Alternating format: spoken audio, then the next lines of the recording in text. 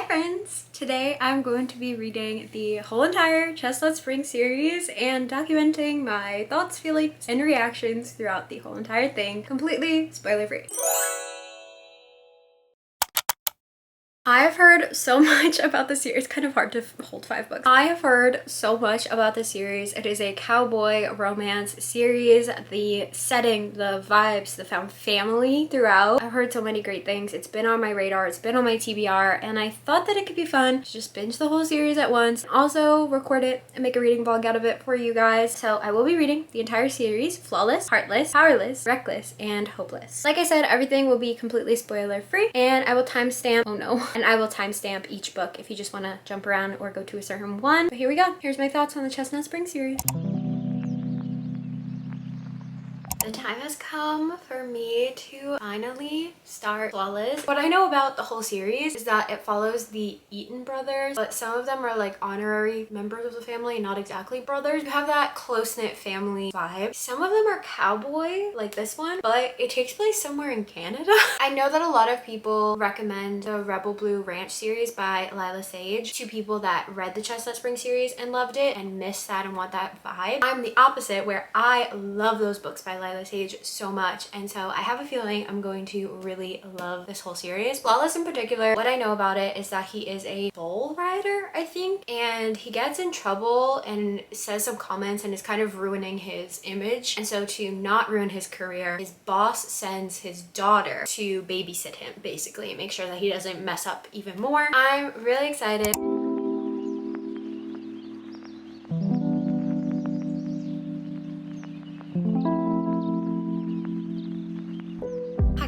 I brought you into where I have my bookshelves, but then I'm using my bookshelves as a tripod. So you're getting the backdrop of my small business stuff, not even my bookshelves. Anyway, needed to pop on to give you an update of Flawless because I have read 239 pages of this book. I've read over half of this book in one day. Crazy. I am flying through this book, and I am also eating it up, which is really good, especially for the sake of this video. If I read these books and Elsie Silver's writing this fast, I don't know whether to exactly tell you what each one is about, because I feel like a lot of people that clicked on this video are going to be people that love the series. Maybe not, so I don't know. I'm just gonna tell you what it's about. We have Rhett and Summer. Rhett is a professional bull rider who makes a comment about not liking milk and loses his milk sponsorship, and then makes poor decisions and kind of has a fallout of a lot of his sponsorships. And to save his career and not completely ruin it, he has to be on his best behavior. So his manager agent person assigns Summer, the manager's daughter, to babysit him essentially and just watch him and make sure he doesn't make any poor choices or anything. Summer, as a teenager, had a really big crush on Rhett, and there's definitely mutual attraction there, but of course it's the boss's daughter. I got up to a really good part last night. Chapter 23 I'm up to, if you guys have the book, but I am really loving them together so much. They have a lot of like banter between each other, and they're very different yet similar. They keep up with each other personality wise, I guess. The cowboy hat rule jaw dropped, and also Summer's ex-boyfriend situation. Don't know how I feel about that. I was a little like, we need to talk about this a little more. We gotta dive into this a little more. I'm a little, what the heck? That's my little Flawless update. I'm kind of excited to see what my final ranking of all these books will be, because I will be doing that at the end. That's my update for now. I'll probably talk to you if I have anything else to say or when I finish this book. So this morning I finished Flawless. I think I'm gonna land on a 4-star rating. I really loved Elsie Silver's writing and just the whole setup of everything, the vibe, found family, the just family vibe, every character kind of having their own little personality and dynamics between each other, the ranch, cowboy vibes, just everything is exactly what I love. I really did love Rhett and Summer. I thought that they worked with each other. They were cute. They were just enough different but similar, and evened each other out with their differences. My only cons of this and why it's a 4-star, I didn't love the storyline of her ex-boyfriend and everything that kind of surrounds that. Didn't love that, but I have a feeling we may get more on that in a book later down the line in the series. I don't know how else to say this, but just the spice was a bit too like raunchy for me. I feel like that's the wrong word to use, but I cannot think of another word at all. And I've been thinking about this since I finished this morning of how I would describe how I feel, but that's the best way that I can. I feel like that's a bit too negative, but I mean, you guys know me. It's not that I don't like to read books that have spice in it, but just the spice was like raunchy for my taste. I don't know how else to describe it. Like, it just wasn't my favorite thing, but a solid 4-star. I really enjoyed this book. I mean, you guys saw I read like 60% of it in one sitting. I'm so happy with that. I am so excited for this whole entire series. It's just the vibes that I was hoping for, and I'm so happy that I was correct. Flawless is done. I will be ranking every single book at the end of this video and my ranking of the series, so we'll see which one comes out on top. But now it is time to move on to book 2, which is Heartless. This one follows Cade, which is one of the Eaton brothers. I believe he's the oldest, and Willa, who is Summer from the first book's best friend. I don't know anything else about it. I know tropes and things that are in the series, but I don't know which one pertains to which book. Oh! Working as a nanny for the world's grumpiest single dad should be simple. Willa ends up being his nanny? Are you kidding? Also, does every single one of these books have an age gap? Like, why is this a thing? This one, I think he was 32 and she's 25. This one says Cade Eaton is 13 years older. Why is this a thing? I'm so excited. I hope that I power through this one just as fast as I did Flawless. Oh, also, I want to read the dedication with you because Flawless, the dedication, I'm so mad that Flawless is printed this way. For some reason, the dedication is tucked off to the side here, and I don't love that, but I love this dedication. I've seen people post pictures of this dedication and I didn't know that it was to Flawless. Also, if you don't know, I have a thing for book dedications. I always want to read them and I just love them. This one is honestly, I wrote this book for myself, for the girl who never quite knew what she wanted to do with her life, and for the woman who figured it out. So let's read this dedication is. For the incredible women who've been my biggest supporters, and for all the women out there who build other women up rather than tearing them down. We're better together. Oh, I love that. Oh, I did not mean to wear blue and match. But I love that. I'm so excited. I will update you guys when I have my thoughts. Let's see if I end up binging 60% of this book before I even talk to you guys again. This is my spotlight lamp, as I like to call it. It's too bright. I am 150 pages in. What is in these books that I read them so fast? I am really enjoying this one. I don't know if it's because I did really like Cade and I'm like a sucker for the grumpy guy that doesn't smile, doesn't do nothing, and then the girl comes and all of a sudden he's smiling and or the fact that I just know this world now and everything, so I'm in it already. But I love Willa and Cade and their dynamic. I love Luke. He is a little cutie, which is Cade's son, by the way. I have a feeling I'm gonna eat this one up.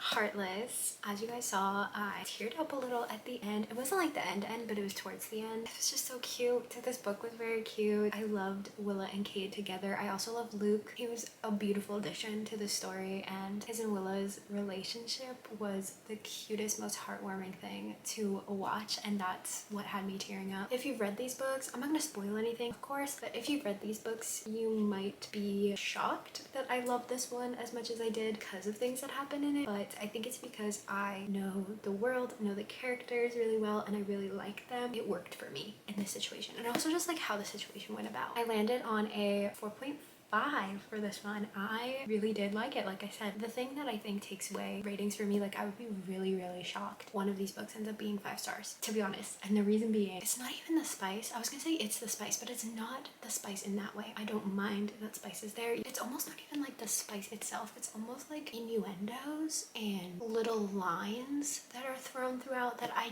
they make me cringe. And I don't think that anyone actually thinks those things in that way. I don't know. It's a very kind of nitpicky thing. It really bothers me while I'm reading. That's like the only thing that I would change. I would have probably cut out some of it as well. It's just all personal thing. Heartless is finished, 4.5. Obviously, I would rank this above Flawless. And now it's time to start Powerless, which, dare I say, I'm the most excited to read this one. I know, shocking, but I think it's because I've heard so much about this book and about Jasper before reading the series and now getting into the series. He just seems very mysterious, but it's been hinted that he has some things that he's gone through in his past. He's not exactly an Eaton brother. He's like an honorary Eaton brother. He's not a brother by blood. He is the cowboy-ish because he grew up on the ranch, around the ranch. He knows how to ride the horses and do all the cowboy things, but he is technically a hockey player. And I know this one has Sloane, which we saw more of her towards the end and snippets of her in Heartless. Oh yeah, 2 childhood friends, 2 broken hearts, 1 impromptu road trip. Oh yes, I'm remembering about this book now. To Sloane, he'll always be the lost boy with the sad eyes and heart of gold. Oh, I'm excited. I'm excited. I'm not doing this on purpose. I just realized yesterday I started Heartless, I was wearing blue. Powerless, I'm wearing purple. I'm not doing that on purpose, I swear to you. I did not plan this color coordination. I'll update you when I have my thoughts and feelings. You guys already know.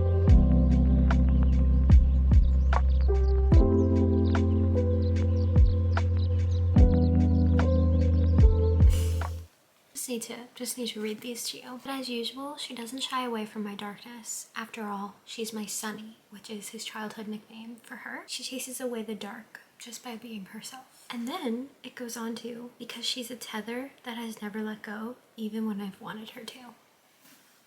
Is this gonna be the 5-star? Ignore the tripod leg in the shot. I just finished filming. Anyway, I wanted to film a little update about Powerless because I am now a little over halfway in. I am loving it. I'm eating it up.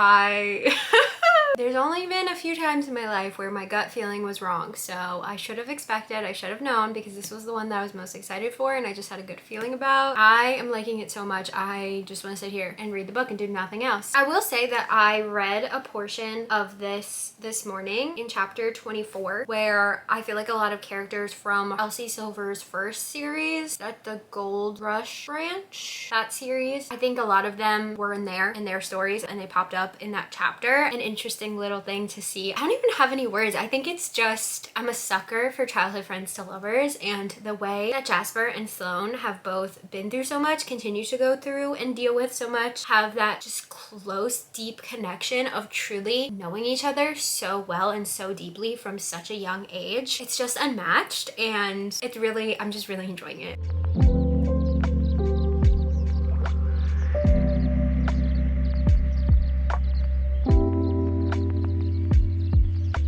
So I have finished Powerless. I have to give it 5 stars. I do. I just have to. I would say the only thing that I would change is just personal preference, and that is the spice. I would just cut it back a little bit. But once again, it's just personal preference, and it really didn't ruin my reading experience in this one, if that makes sense. Not that ruin. Ruin is too harsh of a word. Even though I didn't love it, it didn't really have an impact on my reading experience for this book. I feel like because this one, I was just very attached to Jasper and Sloane for some reason, and their connection that they have, just being those childhood friends to adults and just deeply getting and understanding each other, truly seeing one another from the smallest things of just how bright their eyes are, a look in their eye, they don't even need to say anything and they understand each other like truly soulmates. I just ate this one up. I really don't have anything else to say. I just loved it. I felt giddy and happy reading it, which is funny to say because I feel like this one, all the books so far have something, you know, a bit more serious in there, but this one I feel like is the heaviest, at least so far. I still felt so much joy while reading it. I will say there was one point where it was still a very cute scene. That's why it didn't bother me, but in Heartless this happened too, where I feel like in Flawless it was the most naturally integrated. You couldn't really guess who the next book would be about because it wasn't super obvious. In Heartless, I feel like it was kind of obvious, but it was done kind of naturally and woven into the story a little naturally. This one, there is a whole kind of random out of nowhere scene of Theo and Winter because the next book is theirs. I feel like also you have like a bit more scenes with Winter too, just because we barely know anything about them. That was just something that I took notice of, so I want to share that, but obviously that didn't affect my reading or anything, but I did kind of feel a little abrupt and then also purposely put there, but maybe it's also sticking out to me a lot because I'm reading these back to back to back. I will say I totally see people saying that this one felt a little different. This one they didn't enjoy as much because it felt a little different because those like family dinners that they have, they're mentioned and there's like one, they don't happen, you don't see scenes of them as much as you have in the first 2 books. This one, there's a whole stretch of the story where they are basically doing a favor and delivering stuff somewhere else. It doesn't take place on the ranch, but I feel like that's also very fitting for Sloane and Jasper as characters, what their lives look like, etc. But I understand where people are coming from and why they may not have loved it as much. 5 stars for Powerless. Obviously this one goes on top. So now we move on to Reckless. I currently don't have it. It's in my other room sitting on my bookshelf. Sorry, but I'm gonna move on to Reckless, which I just said is Theo and Winter. I'm interested in how this one's gonna go about since it's about Theo and Winter. So Theo is Rhett's kind of like a little brother. Rhett is kind of like a mentor to him. He's taken Theo under his wing because he is a fellow bull rider and Theo lost his dad, but I feel like we haven't really seen a ton of Theo. And then Winter is Summer's sister, and I feel like we we really haven't heard that much about her and what's going on. I mean, we find out a little bit more in Powerless, but I don't know. I'm curious. I'm curious to see if there's going to be a lot of things talked about on page, but done off page, if that makes sense. Because I already feel like some scenes that we saw in Powerless, things were done off page and we were just kind of told like, hey, this is where Summer and Winter are now. But we didn't see how they got to that point. So I'm wondering if it'll bother me. I'm wondering if we're going to see that. We'll see. I will start Reckless. And as always, I'll update you once I have some thoughts.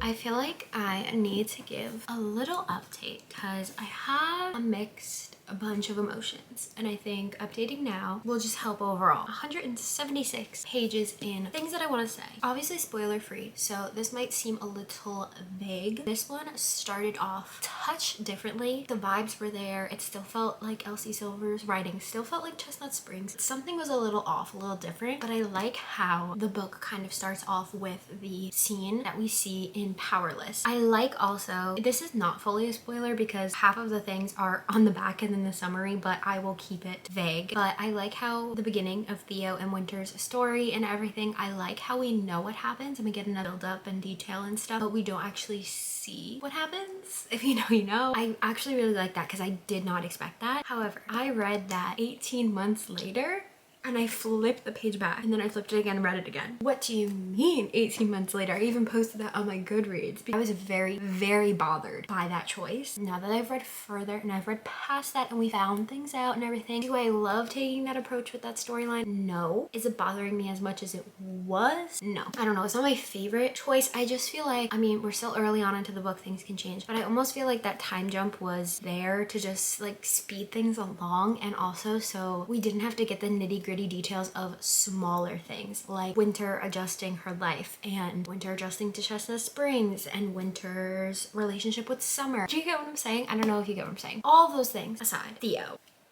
is the epitome of a fictional man written by a woman. Like, let me tell you, I know I talk about book boyfriends, I always say men written by women. He is up there on the fictional men written by women. I don't think that there is a man out there that could even come a fraction of the way close to Theo. Like, he is so fictional.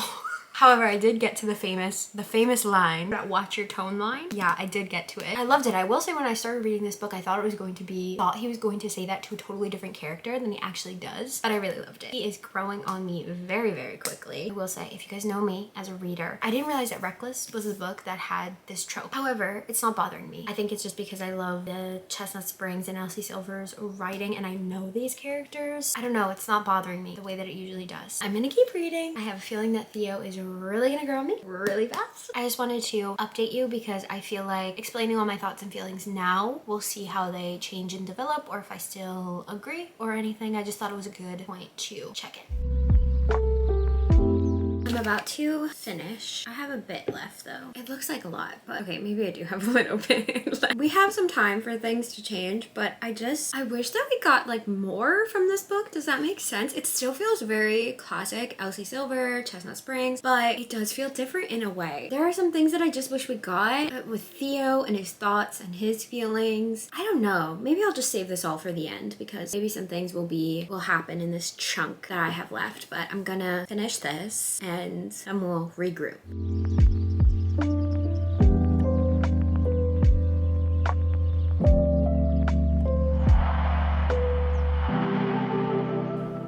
That was a good time to update you guys because I just got to the end of this chapter and this is kind of like the drama of the book, if that makes it. Well, there's kind of been some drama throughout, and I was really sitting here like, I don't know what it's gonna be. What is it gonna be? And I just got to the part of what I think it's gonna be.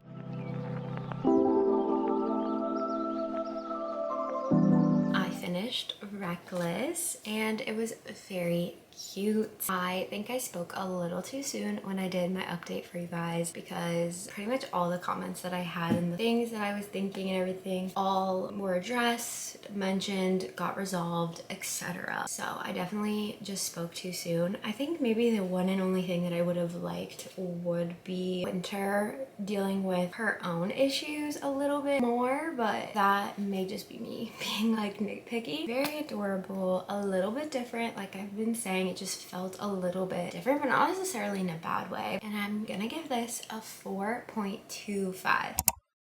So now it's time for the last and final book of this series and of this video, which is Hopeless. Now this is Beau's book. I have heard a lot about this book, a lot of mixed opinions, a lot of people that were very let down by this one, that didn't love this one. So I'm trying to go in with an open mind, especially because I think it's interesting because people say they were so excited for Beau's book, they were waiting for Beau's book, and then when they got Beau's book, the biggest thing that I see is that they say this is not the same character that you get in the beginning. But I almost feel like that's the point. Like, Beau was in the military and something happens to him, and PTSD, things, events, like that changes a person. And so I feel like it's part of the storyline and the character, and I already see the things that have been placed. Obviously, I guess I'll see more in how I feel when I read his books. I do have, I don't know what word I'm looking for, a hesitation, apprehension for this one, because I did not know who's Beau's book was with. I was like, who is our female love interest? Who is she? And then I read the back. First off, I think this is really interesting because throughout every other book, Elsie Silver has given you a little snippet, a little of who the next book would be. Now that I think back, I don't think there was one in Reckless. I don't know. I also think it's kind of interesting that this is not a spoiler. It's literally in the synopsis. So Bailey is the love interest. I'm gonna have to talk about her anyway. Bailey is the love interest, and she's one of the Jansen siblings. I believe she's the youngest one, right? She's like the good one out of all her terrible siblings. And I think it's really interesting because you see a lot of that in the first book in Flawless, and you hear a lot about them. You see a little bit of it in Heartless, and now I just kind of feel like we didn't see anything in Powerless or Reckless. So I'm kind of interested in why and how it just like comes back. I don't know. But the biggest thing, the biggest apprehension, sorry, I got on a little tangent, why I am like apprehensive. I'm not a big age gap girly. In real life, I feel like I have not very strong opinions towards other people. Like, do what you want, it's your own life. But like for myself, I think this is funny because it's just a topic of conversation that comes up sometimes. Personally, I'm like very close to my age type of person. So maybe it's just my own thought process. I don't know. My own thoughts, my own feelings. I don't know. I get it. It's a fictional book, whatever. I'm able to separate the two. Heartless, for some reason, it didn't bother me as much. Maybe it's the way that it's so highlighted on the back of this book already, where it wasn't in the other ones. Well, no, I feel like he does mention it in Heartless. Anyway, it says it right here on the back. He is 35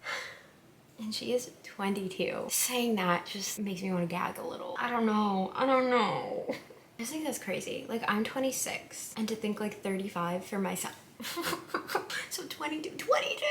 What's that thing on social media? She should be at the club. Anyway, I'm gonna stop talking about this now, but I will say I have a lot of apprehension because of that, and also because I just recently, like a few days ago, while I'm in the middle of filming this video and reading the other books in the series, I was watching somebody's vlog. It was a reading vlog of them continuing series they were in the middle of, and this was a book that they read. I didn't know much about this book going in. I knew it was A Marriage of Convenience. I knew it was Beau's book. I knew people were let down. The things that I've been saying, I did not know. What seems like is going to be a huge plot point in this book, going based off of the back. I guess I never fully read the synopsis of this one. Based on that person's reading vlog and what they were complaining about, kind of, with things that they didn't like and what they were talking about, I hate to say this when I haven't read a single word of this book yet, but I feel like this one may not be my favorite. I just have like a gut feeling like this one may be my least favorite, which is so sad and terrible to say before I even open this book. If anything, I know that most likely the ending of this book is going to hit so hard because it's the end of a series, and when you just have a series like this Chestnut Spring one where everything overlaps, intertwines, the found family, the real family, everything in there, I just feel like it's gonna hit. We will see. I'm going in with an open mind. Oh, the only other thing that I wanted to say, which I wanted to ask this because these are obviously the like republished Bloom editions of the series, so sometimes, you know, there's like added material in here. I don't know if this is exclusive to the Bloom editions or what. In every book so far, maybe not Flawless, I can't remember which book it started. I think Powerless is where it started. There's always a bonus scene, but it's from Harvey, and it's in Harvey's point of view, and there is somebody, it's not that big of a spoiler, but I won't say it. There's somebody else in there, okay? And it's like Harvey's little story. I've seen people say, please like make a book, give Harvey his own book, da, da, da. And I didn't realize that maybe that's what they were reading. I just need to know if I'm the only one that's like slightly uncomfortable by that storyline. I hate to say it because it's very cute. It's very cute, but there's just something in me that's like, no, I'm bothered. You get what I'm saying? You get what I'm saying? I know this is very vague if you don't, but that's okay. I have feelings on that. I'd love to just chat about that one because I feel like from things that I've seen, everyone loves this little like Harvey extra chapter. And I feel like I'm the only person that's like, I am slightly uncomfortable with what is happening. Anyway, that's my updates for now. I've talked way too much for this clip, and I'm sure this video is so freaking long. Let's read the last book in the series, last book for the video, Hopeless.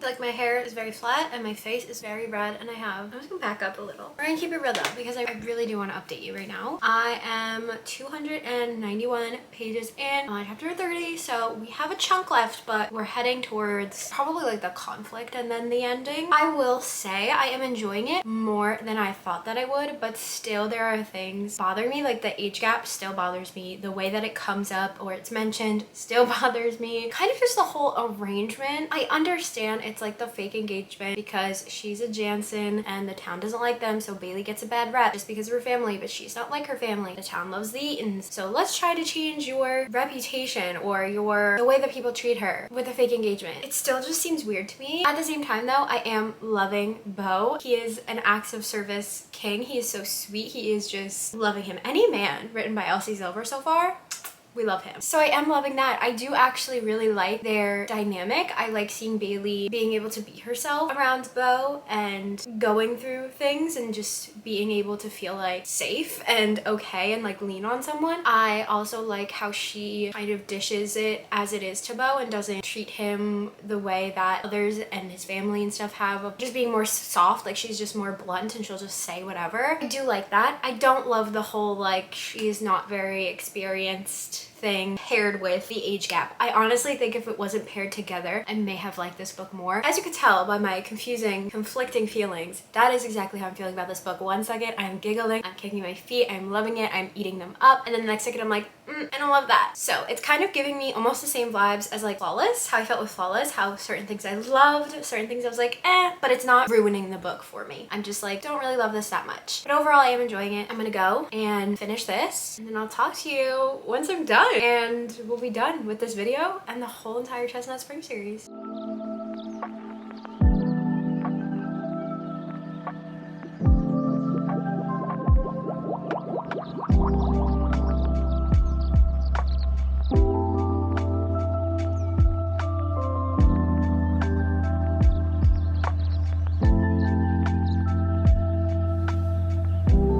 Love Jasper.